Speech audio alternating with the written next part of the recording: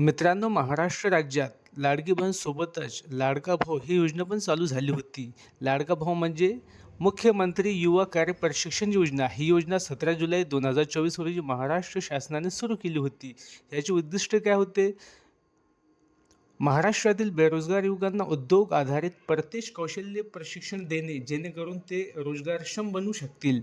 आणि याचे लक्ष होतं दरवर्षी सुमारे 10 लाख युवा प्रशिक्षित करण्याचे याचे उद्दिष्ट होते. आणि ट्रेनिंग कालावधी प्रामुख्याने 11 महिने. पहिले 6 महिने होते. शासनाने त्याचा कालावधी नंतर वाढवला होता. आणि मानधन कसे प्रकारे मिळत होते? 12वी पासवाल्यांना 6,000 रुपये मासिक भेटत होते. ITI डिप्लोमावाल्यांना 8,000 मासिक भेटत होते.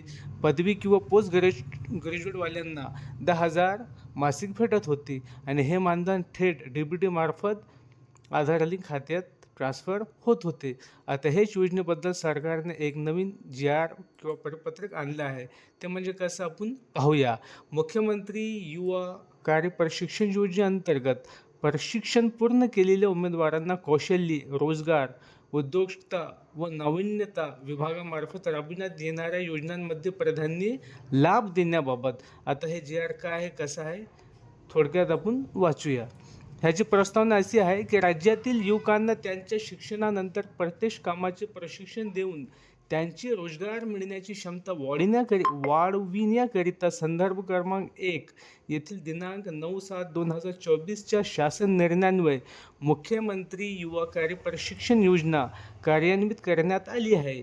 दिनांक 8/12/2025 ते दिनांक 14/12/2025 या कालावधीत महाराष्ट्र विधिमंडळाचे तृतीय म्हणजे हिवाळी अधिवेशन नागपूर येथे पार पडले.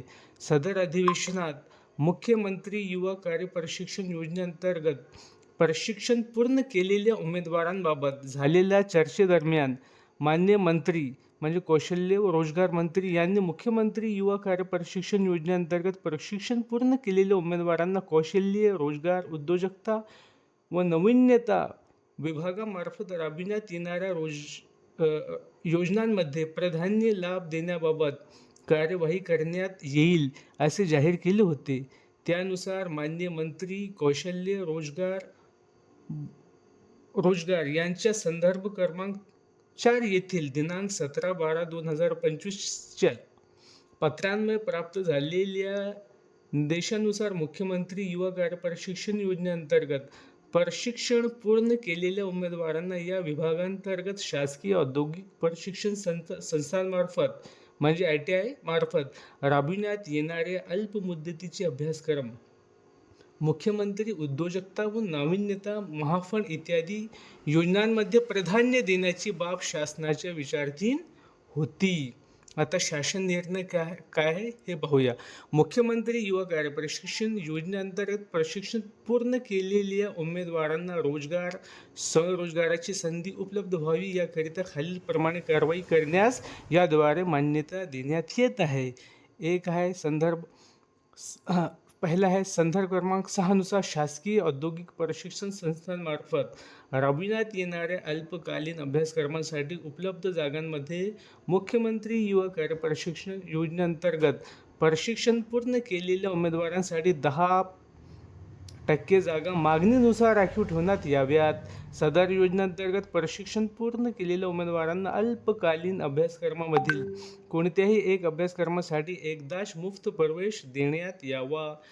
2 आहे संदर्भ क्रमांक 5 येथील शासन निर्णयान्वये निर्गमित करण्यात आलेल्या महाराष्ट्र स्टार्टअप उद्योजकता आणि नाविन्यता धोरण 2025 मधील मुख्यमंत्री उद्योजकता व नाविन्यता महाफंड मध्ये पात्रतेनुसार मुख्यमंत्री युवा कार्य प्रशिक्षण योजनेअंतर्गत प्रशिक्षण पूर्ण केलेल्या उमेदवारांना एकूण लक्षांपैकी 10% जागा राखीव ठेवण्यात येतील.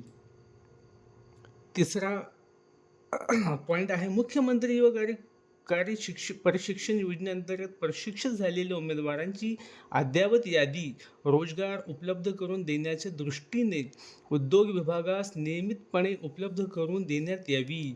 तसेच रोजगार, स्वरोजगार योजना राबविणाऱ्या महामंडळांना देखील मुख्यमंत्री युवा कार्य प्रशिक्षण योजनेअंतर्गत प्रशिक्षण पूर्ण केलेल्या उमेदवारांची यादी उपलब्ध करून देण्यात यावी.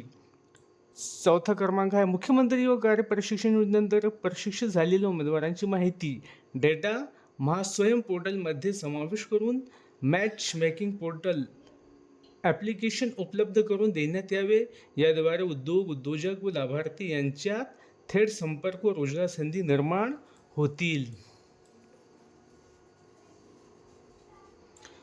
तसेच 5वा क्रमांक आहे विभागामार्फत आयोजित करण्यात येणाऱ्या रोजगार मेळाव्यामध्ये उपलब्ध मनुष्यबळाचा वापर करून मुख्यमंत्री युवा कार्य प्रशिक्षण योजनेअंतर्गत प्रशिक्षण पूर्ण केलेल्या उमेदवारांची नोंदणी व इतर अनुषंगिक सहाय्य पुरवण्याकरिता विशेष कक्ष स्थापन करण्यात यावा.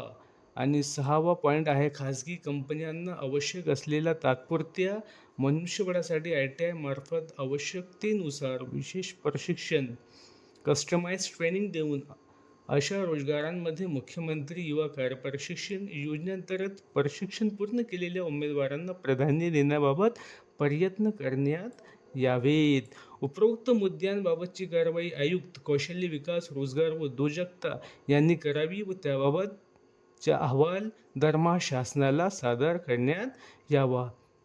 म्हणजे मित्रांनो, ही सर्वांसाठी लाडका भावांसाठी आनंदाची बातमी आहे.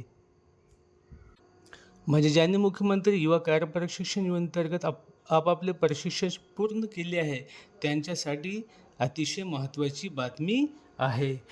व्हिडिओ आवडला असेल मित्रांनो तो व्हिडिओला लाईक करणे आणि सबस्क्राईब करणे विसरू नका. भेटू नवीन व्हिडिओमध्ये. तोपर्यंत जय हिंद. धन्यवाद.